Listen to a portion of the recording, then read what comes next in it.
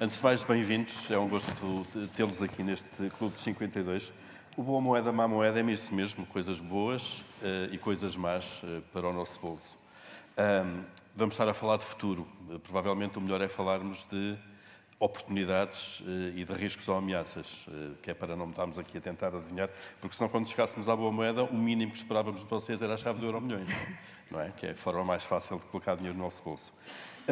E vamos começar pela má moeda. Vamos às más moedas todas, deixando as boas para o fim, porque depois ouvimos aqui falar dos salários e daqui dos maus e dos vilões. Se deixássemos tudo para o fim, saímos daqui e íamos cortar os pulsos depois, não é? Nós não queremos isso. Patrícia Barão, Head of Residential da JLL. Vou começar por si. Exato. Qual é a sua má moeda? Que nuvens mais negras é que veio aí no horizonte? Bom, antes de mais, bom dia a todos e obrigada pelo convite.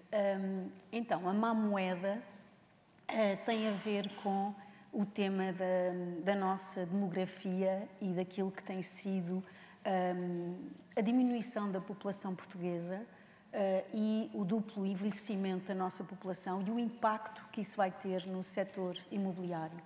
Portanto, eu não sei Além de outros setores, não é? Exatamente, claro. Exatamente. Nós sabemos que, ou pelo menos as previsões dizem, que daqui a 14 anos nós vamos ser menos de 10 milhões de habitantes e na última década o que nós vimos foi que a população acima dos 65 anos aumentou 21% e a população entre os 0 e os 14 anos diminuiu 15%. Ora, isto tem um impacto enorme naquilo que é a forma como nós temos que trazer novas casas para o mercado. Nós temos claramente uma população envelhecida. Nós sabemos que as pessoas com mais de 65 anos vão ter necessidades muito diferentes daquilo que são as necessidades dos jovens e sabemos que também o nosso parque habitacional é um parque relativamente antigo, portanto só 20% das casas é que têm menos de 20 anos, portanto nós temos um parque de habitação envelhecido e estas pessoas são de facto pessoas que vão precisar de ter alguma assistência, algum cuidado e nós temos que pensar como é que nós vamos no futuro olhar para este fenómeno do duplo envelhecimento da nossa população e como é que vamos garantir a habitação para estas pessoas. E isso faz com que nós possamos também, ao dia de hoje, tomar algumas medidas que tragam mais oferta para o mercado, porque nós sabemos que à data de hoje o que nós temos é um grande desequilíbrio entre aquilo que é a oferta de habitação e aquilo que é a procura, mas nós temos que estar muito conscientes que o tema da habitação não se vai conseguir resolver a breve trecho, portanto nós vamos precisar de olhar para este tema e pensar como é que daqui a 10 anos nós podemos já hoje tomar algumas medidas que possam impactar e que possam tratar este tema. Portanto, vamos ter que, se calhar, com o nível de divórcios que temos tido, mais 40% de divórcios nos últimos 10 anos, e sabemos que os divórcios levam a que haja uma necessidade de existência de uma nova casa, ou seja, vamos ter famílias cada vez mais pequenas, também sabemos que a nossa média por agregado familiar está a diminuir, portanto nós viemos há 10 anos atrás, tínhamos 2,6 pessoas por agregado familiar, hoje em dia temos 2,4, e sabemos que daqui a 10 anos vamos ter próximo de 2,3. Claro. Nascem cada vez menos crianças, portanto a média vai descendo. Exatamente, portanto vamos ter mais famílias com menos pessoas mais envelhecidas e nós vamos ter que ser capazes de olhar para este fator e trazer habitação e trazer casas que venham responder a esta... São casas diferentes, agora muito rapidamente, Patrícia. Essas casas são diferentes? Esse segmento da população precisa de casas diferentes? Sem dúvida. Portanto, nós hoje olhamos para aquela população, enfim, com mais de 65 anos e sabemos que 50% deste universo vive em casal, mas temos 38% que vivem sozinhos e possivelmente vivem em casas que também sabemos que não têm condições de habitabilidade suficientes. Temos estas pessoas com dificuldades de mobilidade, portanto casas e prédios antigos sem elevador, muitos deles, e estas pessoas depois enfrentam um tema que se fala muito pouco, mas eu acho que vai ter que ser falado com mais vezes, que é o tema da solidão. As pessoas depois ficam em casa, não conseguem ter uma mobilidade que as leve leva a sair e ficam cada vez mais sozinhas. Estão presas em casa, basicamente. Presas em casa. E hoje são 2,1 milhões de habitantes nesta faixa etária e sabemos que daqui a 10 anos vão ser 2,8 milhões de pessoas em Portugal nestas condições. Portanto, este é um tema que eu diria fraturante no setor da habitação. E importante. Está dada então a primeira má moeda. As alterações demográficas... Eu prometo que a minha boa moeda é mais animadora. Vai ser bom mesmo, para compensar este. Vítor Ribeirinho, qual é a sua má moeda? Bem, bom dia a todos também. Cumprimentar o painel, cumprimentar o Paulo e agradecer ao Observador a oportunidade de estar aqui hoje a falar destes assuntos. E eu começaria, a má moeda, precisamente, é um bocadinho paradoxo, mas é um dos temas que mais me ocupam o meu tempo na KPMG, que é o talento. E o talento recrutar pessoas. Quer recrutar pessoas e como é que nós podemos combater este problema hoje. E, na verdade, temos que começar por perceber, primeiro, em que país é que vivemos. Não é? E o país em que vivemos é um país em que, infelizmente, 25% dos nossos cidadãos vivem fora de Portugal. Faz com que nós estejamos hoje, basicamente, no 8º lugar num ranking que não é necessariamente um ranking fantástico, é o ranking da imigração. Este ranking, infelizmente, arrasta-se também para aquilo que nos traz hoje aqui. Estamos hoje numa academia com uma notoriedade fantástica. Todos nós temos orgulho naquilo que tem sido o percurso da Nova e na formação do talento na Nova. Mas, de facto, a verdade é que das 50 mil pessoas que nós conseguimos licenciar todos os anos, cerca de 20 mil, infelizmente, decidem, após o seu processo de licenciatura ou mestrado, abandonar o país. Estamos a falar de 37% dos nossos novos licenciados decidem abandonar o país. E a questão é muito clara. Portanto, nós estamos a perder talento, temos que fazer uma reflexão sobre o que é que nós podemos fazer na próxima década para não continuar a manter os erros do passado. E as medidas e o caminho que vamos percorrer são, do meu ponto de vista, absolutamente centrais naquilo que vai ser o desenvolvimento do país e aquilo que vai ser o desenvolvimento das pessoas e das empresas, que, como aquela que eu represento aqui, a KPMG, estamos a falar de uma faixa etária de cerca de 30 anos, média, 1.700 pessoas e, portanto, aquilo que a Patrícia disse ainda há pouco sobre a demografia vai necessariamente trazer estas dificuldades. Aliás, de resto, há uma análise feita pela Business Roundtable, aliás, uma das muitas organizações que vai olhando para este tema cada vez com maior preocupação, que traz uma comparação interessante, mas inquietante, que é comparar as nossas receitas anuais de IRS, que são cerca de 15 bilhões em 2021, em que 60% desta receita será, consumida ou na substituição dos licenciados que perdemos todos os anos, ou na perda da receita de IRS, ou até na sustentabilidade da Segurança Social, ou seja, na receita da Segurança Social. Então, a questão é o que é que devemos fazer para procurar combater este flagelo. Nós vimos isto em duas perspectivas, talvez mais estrutural, aquele que, recentemente nós ouvimos do nosso governo, há 15 dias atrás, um pacote do IRS Jovem. O IRS Jovem é, obviamente, uma medida que todos nós podemos discutir se devíamos ou não sermos mais ambiciosos relativamente a essa medida. Se é justa ou não. Ou se é justa ou não é justa, mas é um caminho. Mas o outro caminho tem necessariamente a ver com a competitividade das nossas empresas. Ou seja, sabemos hoje todos, quando analisamos na comparação da taxa de tributação das nossas empresas, comparamos muito mal, não só na União Europeia, mas sobretudo na União Europeia, e isso traz dificuldades acrescidas naquilo que é o aumento dos salários, sobretudo quando estamos a falar hoje em dia de uma população ativa muito jovem e que tipicamente pode trabalhar onde quiser. O trabalho remoto veio trazer, de facto, essa grande vantagem e esse grande desafio. E depois, por outro lado, temos uma medida que para mim e para a KPMG é muito querida, que tem a ver com a descentralização. E a descentralização, rapidamente, só para explicar como é que nós materializamos esta necessidade de descentralizar a nossa atividade. Nós acreditamos que a descentralização é também um fator de incentivo ao crescimento, não só demográfico, mas também um incentivo ao crescimento económico. Sabemos hoje que grande parte destes jovens que decidem partir fora do país são jovens que, nos seus locais de origem, não têm oportunidades, viveram ali, nasceram ali, muitos formaram-se ali e, de facto, estão a viver em regiões onde as oportunidades não são muito relevantes ou não são muito importantes. São pessoas que normalmente têm dificuldade de migrar dos centros interiores, os denominados interiores, para vir para Lisboa ou para o Porto. É importante pensarmos que... Até por uma questão de custos. Até por uma questão de habitação e é importante pensarmos que hoje, pensar em cidades como Évora, como Bragança, como Covilhã, que em qualquer país seriam cidades próximas do litoral, aqui nós dizemos que são cidades do interior, nós na KPMG preferimos olhar para estas cidades como cidades que têm um desenvolvimento potencial grande, que têm talento disponível e que têm uma boa qualidade de vida. E como é que materializámos isto, Paulo? Materializámos tomando uma decisão importante. Nós, no ano passado, desenvolvemos e estamos a desenvolver um hub tecnológico para a área de low-code, que é uma área de tecnologia, na KPMG.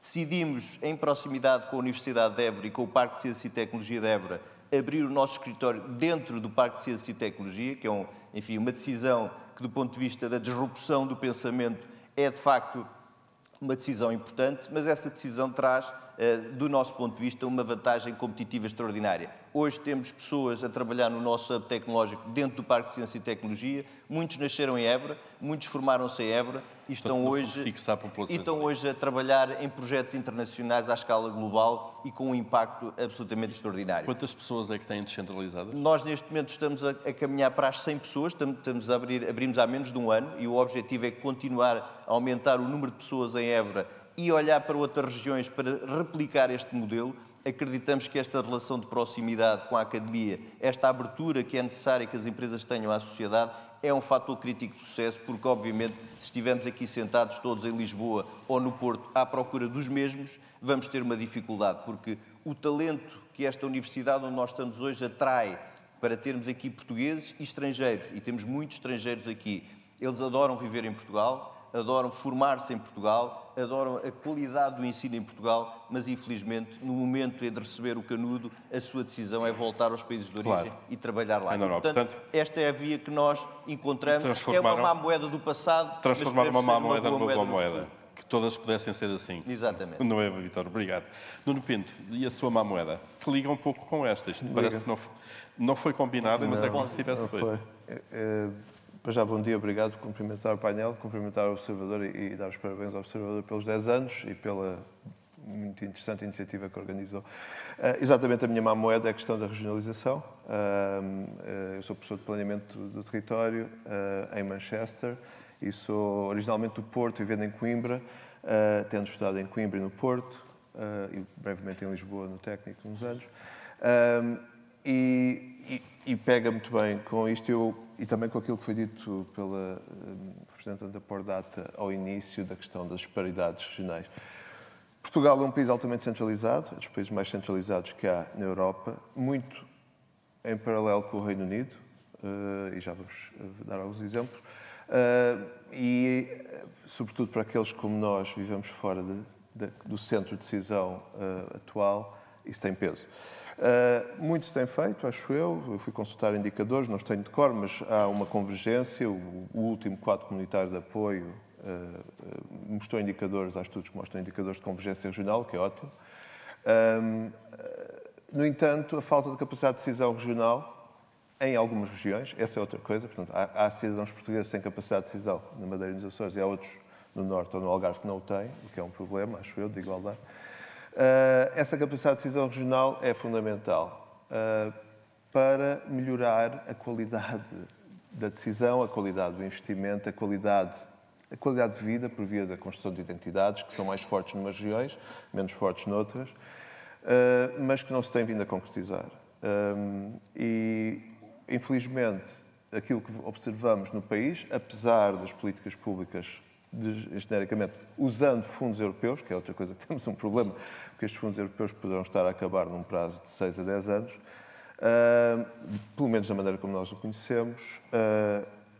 Muito foi conseguido, também muito porque a maneira como se investiu levava a esse equilíbrio das zonas, das regiões, mas muito ficou por fazer e a falta dessas regiões levou a decisões que são difíceis de... Podia dar aqui exemplos de infraestruturas, sobretudo, não é? Por exemplo, a região centro é a única NUT 2 das antigas, porque agora há duas NUTs 2 novas, a única NUT 2 da fachada atlântica e ibérica que não tem um aeroporto e, no entanto, tem um potencial turístico e um potencial de inovação brutal, não é? O próprio país não tem essa capacidade de descentralizar. Tinha, nos anos 80, mais de deixar as regiões pensar do que tem agora, está cada vez mais centralizado. E é muito bom ouvir aquilo que disse sobre a KPMG, porque agora, comparando com o Reino Unido, uma empresa como a KPMG, ou o equivalente em Portugal, uma grande consultora, mas uma uma empresa de engenharia, no Reino Unido, apesar de ser altamente centralizado, tem escritórios em todas as cidades do Reino Unido. Vou dar exemplos, Atkins, ICOM, Arup, essas grandes empresas. O escritório de Manchester terá 250 pessoas, o escritório de Liverpool fica a 40 km, terá mais 150 pessoas, o de Leeds terá mais 250 pessoas, claro, o de Londres tem 1000. Mas todos fazem negócio em todo o mundo, todos contribuem, todos especializam e, portanto, eu vejo isso acontecer em Portugal, vi algumas empresas a fazê-lo já, mas não à escala que devia ser feito.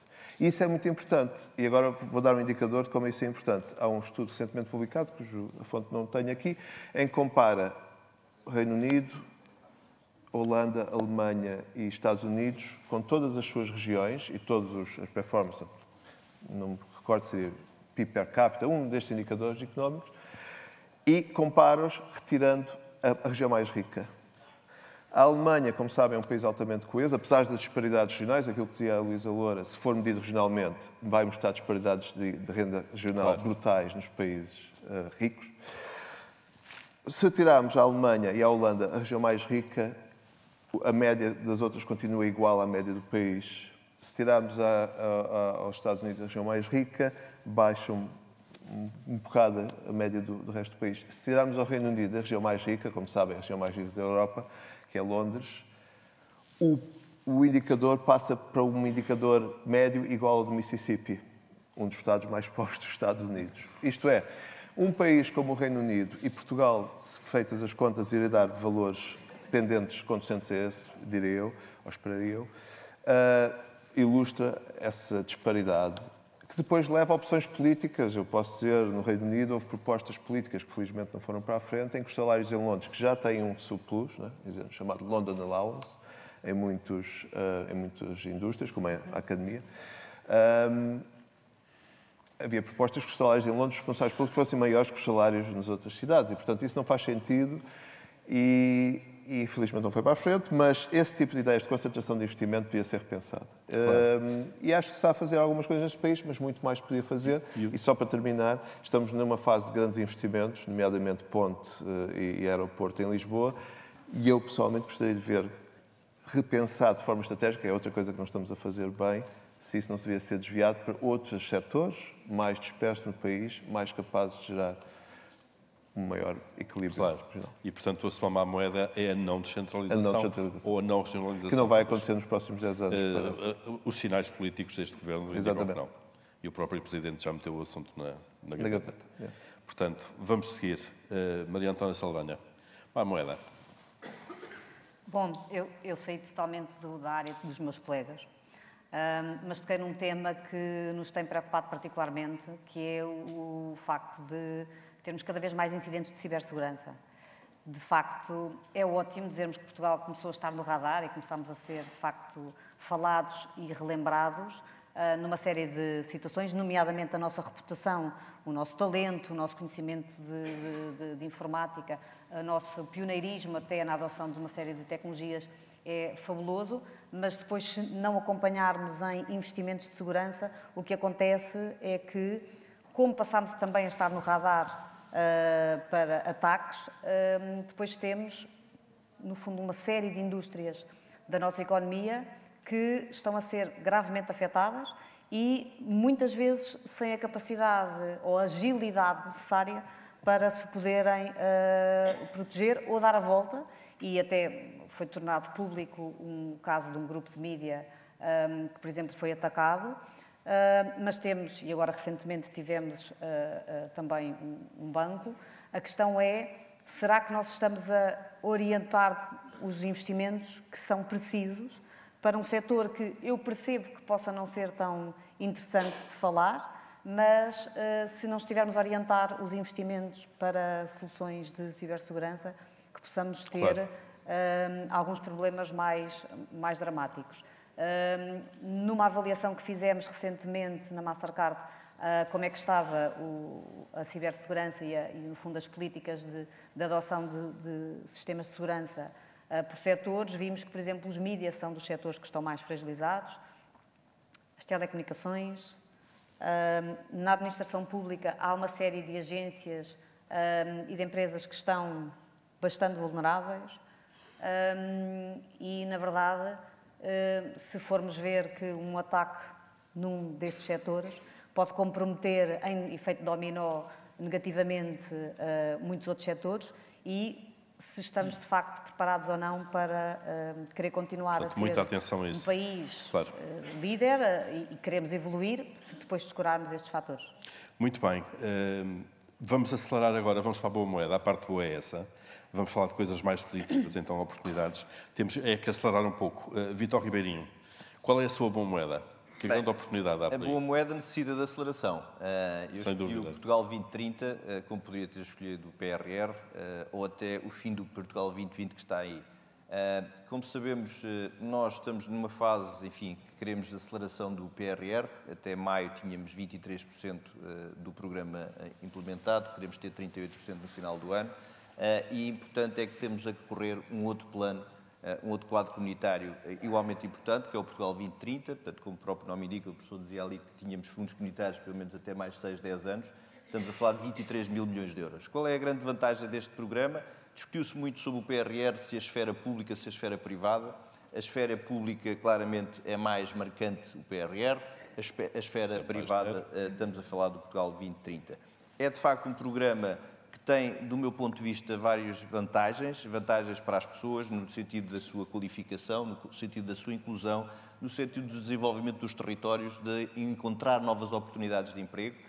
Estes 23 mil milhões de euros estão divididos, grosso modo, em 13 mil milhões de euros para aquilo que são os programas temáticos. Estamos a falar de temas como o mar, transição digital, qualificação de pessoas, sustentabilidade. E depois os outros 10 mil milhões de euros, mais uma vez falando aqui um pouco de regionalização versus descentralização, tem algumas virtudes. Por exemplo, temos 380 milhões de euros de apoio a Lisboa, mas temos 3 vezes mais para o Alentejo, o que revela que há aqui, de facto, houve um cuidado de fazer alguma simetria. Obviamente temos todos a consciência de que a forma como temos vindo a gerir todos estes fundos comunitários que ao longo das últimas décadas ascenderam a qualquer coisa como 100 milhões de euros, carece de muita desburocratização. Acho que tem havido um caminho, mas o caminho não é suficiente porque a estrutura das autoridades de gestão destes programas são, de facto, deficientes para aquilo que é hoje gerir 3 programas. Fim de 2020, PRR é dinheiro a mais. e 2030. É dinheiro a mais, não é dinheiro a mais. Não, mas é difícil geri-lo. Eu percebo a provocação, mas claro, acho que é fundamental, Paulo, eu vou terminar rapidamente, é fundamental 2 ou 3 fatores. Primeiro, nós, enquanto líderes, enquanto gestores, obviamente temos que saber captar estes incentivos, mas temos que saber também direcioná-los para aquilo que são investimentos estratégicos. Não podemos estar satisfeitos com o posicionamento do ranking de Portugal neste momento em termos de competitividade. Continuamos no meio da tabela, no fim de mais de 100 mil milhões de euros de incentivos, continuamos a estar cá atrás. Há aqui sinais que, contudo, são positivos. Primeiro, ouvir os stakeholders, ou seja, há interesse e há, de facto, iniciativa no sentido das autoridades de gestão ouvirem os stakeholders, como é que podemos simplificar este processo. Há, de facto, sinais importantes. Na semana passada, o Governo anunciou uma simplificação em realizar contratos PRR sem que antes sejam apreciadas as candidaturas. Obviamente, temos que ter aqui alguns cuidados nesta simplificação, claro, mas, definitivamente, aquilo que eu considero uma boa moeda e aquilo que eu considero que é impactante e é determinante para conseguirmos acelerar o crescimento do país será a forma como nós teremos a capacidade de desburocratizar. Eu sei que o país não é forte nesse aspecto. E de executar isso tudo. E de executar isso claro, tudo. Que é fundamental. É fundamental. E depois com o retorno. Maria Antónia, boa moeda? São as novas tecnologias. O facto de, e falamos tanto de AI, de Generative AI, eu acho que, e sobretudo porque em Portugal temos uma qualidade de talento também para a tecnologia fenomenal. Nós, aliás, temos aproveitado muito esse talento com um hub tecnológico que temos desenvolvido em Portugal, mas sobretudo as novas tecnologias no sentido de permitir-nos corrigir algumas dos setores onde estamos mais atrasados. Há uma série de processos que podemos melhorar e automatizar apenas com as novas tecnologias. O facto de podermos tornar-nos mais inovadores e podermos mostrar melhor para fora quais são as nossas capacidades e competências, com novas soluções e novos serviços, mas, sobretudo, em vez de olharmos para as novas tecnologias sempre como aquela ameaça e como o bicho-papão que vai roubar empregos e que vai deixar as pessoas sem claro, condições, olharmos como novas oportunidades, claro. E também oportunidades de crescermos noutras áreas onde até então não tínhamos competências. Portanto, eu diria que as novas tecnologias são um dos grandes desafios que temos e das grandes vantagens que temos para abraçar. Claro, e também, no fundo, dão-nos mais conforto e conveniência. Penso que isso é evidente. Patrícia Barão? Boa Moeda. Bom, Boa Moeda, eu diria que o mundo está a mudar e como nós tivemos a oportunidade de ouvir logo pela manhã os fundadores do Observador, foi muito clara a forma como a evolução da nossa sociedade lidou com a forma de ler informação, mas depois a seguir olhamos para o meu setor, o setor do imobiliário, e vemos que, eu diria que a palavra de ordem da próxima década vai ser a palavra partilhar. E partilhar no conceito onde a posse deixa de ser o grande foco da população, e nomeadamente os mais jovens. E então nós vamos assistir a novos conceitos de habitação, novos conceitos como o co-living, o co-working, o build-to-rent, que são claramente, no fundo, alternativos que, por exemplo, nos Estados Unidos já são grandes, já existem há uma série de tempo, e que aqui em Portugal nós vamos assistir a esta necessidade de existirem novos conceitos de vivência, pessoas a partilharem o mesmo espaço comum e depois terem as suas zonas privadas, portanto, no mesmo edifício, termos as gerações com mais idade a partilharem as suas casas, que podem ser casas até com tipologias maiores, mas a terem um conceito onde os mais jovens podem ter também essa partilha na habitação, e no fundo aquilo que tem sido, enfim, um desequilíbrio grande no mercado de arrendamento, por exemplo, onde em Portugal só 15% do nosso parque habitacional é que está no mercado de arrendamento, e nós sabemos que cada vez mais nós vamos precisar de ter um mercado forte, claro, de arrendamento para fazer face a esta dificuldade de aquisição de habitação. Portanto, eu diria que muitos novos conceitos vão entrar no setor imobiliário, mas que numa ótica onde a palavra de ordem passa a ser mais a partilha do que a posse. E não a posse, de mudanças grandes. Nuno Pinto, para terminar, não menos importante, para terminar, a minha boa moeda é a oportunidade que se gera com a imigração que está a vir. Eu sei que se calhar é um bocadinho contracorrente do que eu vou dizer, mas aquilo que se passa é que Portugal, como um país rico, do norte rico, transformou-se numa oportunidade para muita gente. E aquilo que me parece, à parte de todos os debates políticos, isso não importa. Há uma oportunidade aqui que era fatal, como o destino, como foi dito já. O país estava a envelhecer e nos últimos 15 anos teve este double whammy, como dizem os ingleses, de taxas de crescimento natural negativas e imigração forte, 1 milhão de pessoas. Fatalmente, fica vazio. E com toda esta conjugação, naturalmente, é atrativo para outras pessoas. E não pode ser só atrativo para os nómadas digitais que trabalham aqui na Califórnia, vivem em Alfama e trabalham na Califórnia, tem que ser atrativo para todas as pessoas. E essa é uma oportunidade que tem que ser agarrada estrategicamente e não de forma reativa. Claro. Devemos ter uma política para isso. Tem que ser uma política que faça jus à nossa gênese de emigrantes, como eu próprio sou, e, portanto, temos que fazê-lo dessa maneira. Muito bem. Estão a ver? Vamos ser postos fora. Má moeda. Não nos deixam, as moedas, não nos deixam resvalar. De qualquer forma, acabamos. Vocês ficaram mesmo horas, ainda bem. Vítor, Maria Antónia, Patrícia, Vítor, Nuno e Vítor, obrigado pela vossa presença, pelas vossas moedas. Obrigada a nós e parabéns melhores, ao Observador. as boas do que as más. Obrigado. Obrigado. Obrigado. Obrigado, Paulo. Obrigado, Paulo.